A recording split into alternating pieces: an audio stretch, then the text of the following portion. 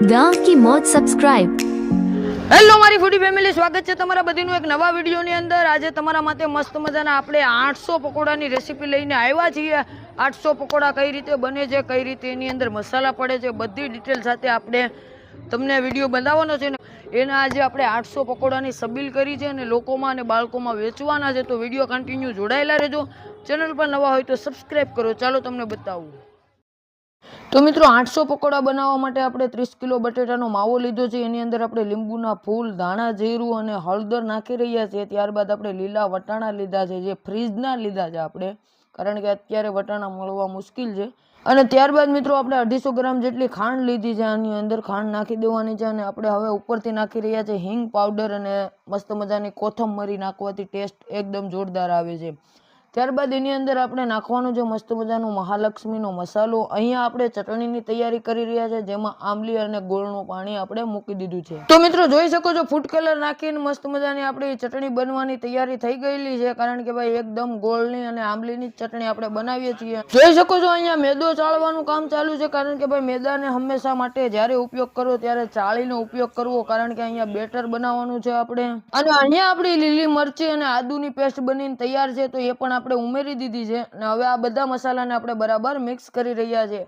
અત્યારે આપણે સલીમભાઈ બધા મસાલાને મિક્સ કરી રહ્યા છે અને કમ્પ્લીટલી મેદો ચડાઈ ગયો છે। હવે અહીંયા બેટર બનાવવાની શરૂઆત થઈ ગઈ છે। સાજીદભાઈ અમારા પાણી નાખી રહ્યા છે અને સલમાનભાઈ મસ્ત મજાનું બેટર બનાવે છે। જોઈ શકો છો મિત્રો બેટર એકદમ મસ્તીની।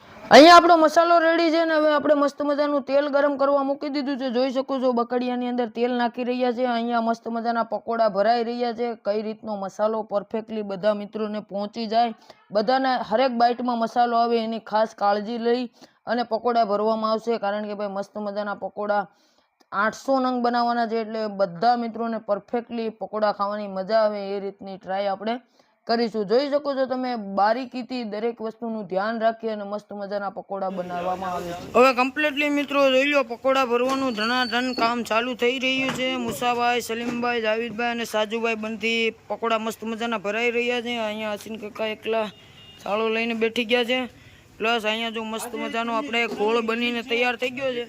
તૈયાર ભાઈ ગોળ? ઓકે ઓકે ભાઈ, પકોડા માટે તૈયાર છે। પાકું લ્યો ને અહીંયા મુકાઈ ગયું છે તેલ। એકદમ મસ્ત બેટર તૈયાર થઈ ગયું છે અને આ પકોડા અમે હર સાલ મોહરમની અંદર, સબીલની અંદર બચ્ચાઓ અથવા વડીલોને પણ વાટીએ છીએ।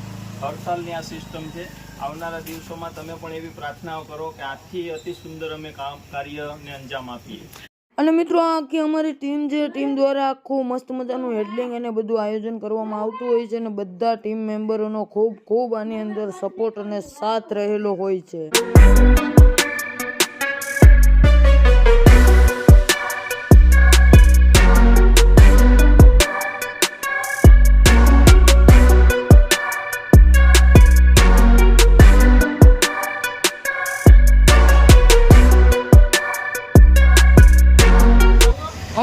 મુજાભાઈની જે પકોડા બનાવવાની સ્પીડ છે એ એકદમ જોરદાર છે। જોઈ લો કેટલી સ્પીડથી પકોડા, કારણ કે ભાઈ કામ જ છે એનું, એટલે ઝડપથી પકોડા ભરવાનું બહુ ઝડપી કામ છે એનું।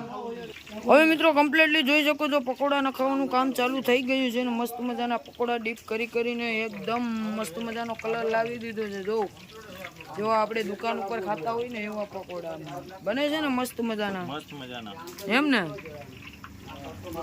પકોડા બનાવવાની કોઈ ખાસિયત ખરી? પકોડા બનાવવામાં જે બેટર છે ને એ મહત્વની વસ્તુ છે। અગર જો બેટરની અંદર કોઈ પ્રોબ્લેમ થાય તો પકોડા તેલ પી જાય તો તમને ખાવાની મજા ના આવે।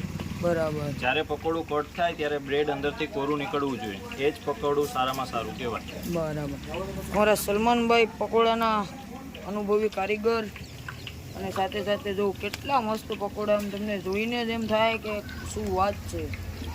તો મસ્ત મજાના પકોડા બની રહ્યા છે। અત્યારે સમય થઈ રહ્યો છે આપણે 4:30ની આજુબાજુ। જોઈ લો મિત્રો કેટલા મસ્ત મજા તરીકાથી પકોડા નખાવાનું કામ ચાલુ થઈ ગયું છે, જબરદસ્ત તરીકાથી મસ્ત રીતે।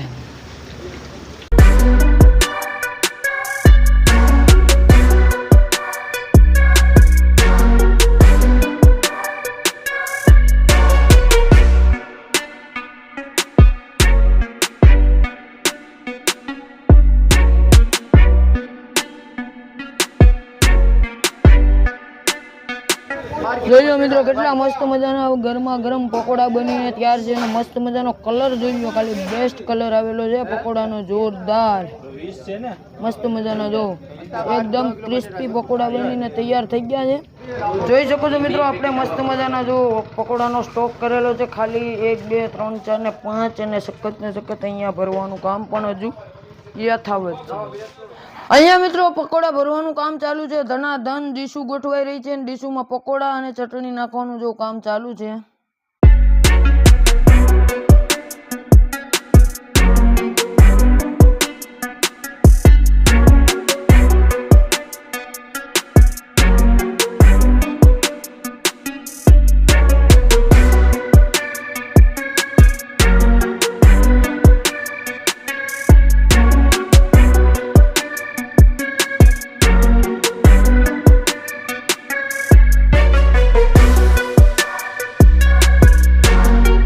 હવે મિત્રો તમે જોઈ શકો છો પકોડાનું વિતરણ આપણે સ્ટાર્ટ કરી દીધું છે, જેની અંદર બાળકો, વડીલો, મોટા, બાયું બધી જ વસ્તુ પકોડા લેવા આવી રહ્યા છે અને પકોડાનું બધી માટે સેમ ટુ સેમ વસ્તુ મિત્રો હોય છે. જ્યાં સુધી અમે પહોંચી શકીએ છીએ, જે લોકો સુધી પહોંચાડી શકીએ છીએ એ બધા લોકોને અમે સબીલ પુગાડતા હોય છે ને 10 દિવસ અલગ અલગ નાસ્તા રૂપી વસ્તુ હોય છે જે અમે ત્યાં જ રૂપી બાળકો, વડીલોને બધાને વિતરણ કરતા હોય છે.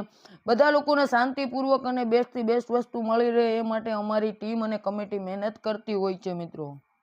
અને મિત્રો અમારી કમિટીની સાથે સાથે આની અંદર હિન્દુ મુસ્લિમ બધા ભાઈઓનો સહયોગ અને સાથ સહકાર અમને મળતો રહે છે.